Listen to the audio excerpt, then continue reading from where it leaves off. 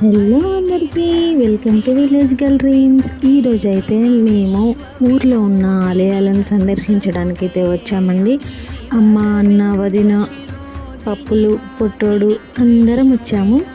So ముందుగా అయితే ఊరు ప్రారంభంలో ఉన్న పోచమ్మ తల్లి ఆలయానికి అయితే వచ్చామండి. వచ్చి రాగానే ఒక ప్రదక్షిణ అయితే చేసాము. తర్వాత మమ్మీ అక్కడ గద్దె కడిగి ముగ్గు అట్లా వేసి పూలు పెట్టి అటుకులు అయితే పోసిందండి.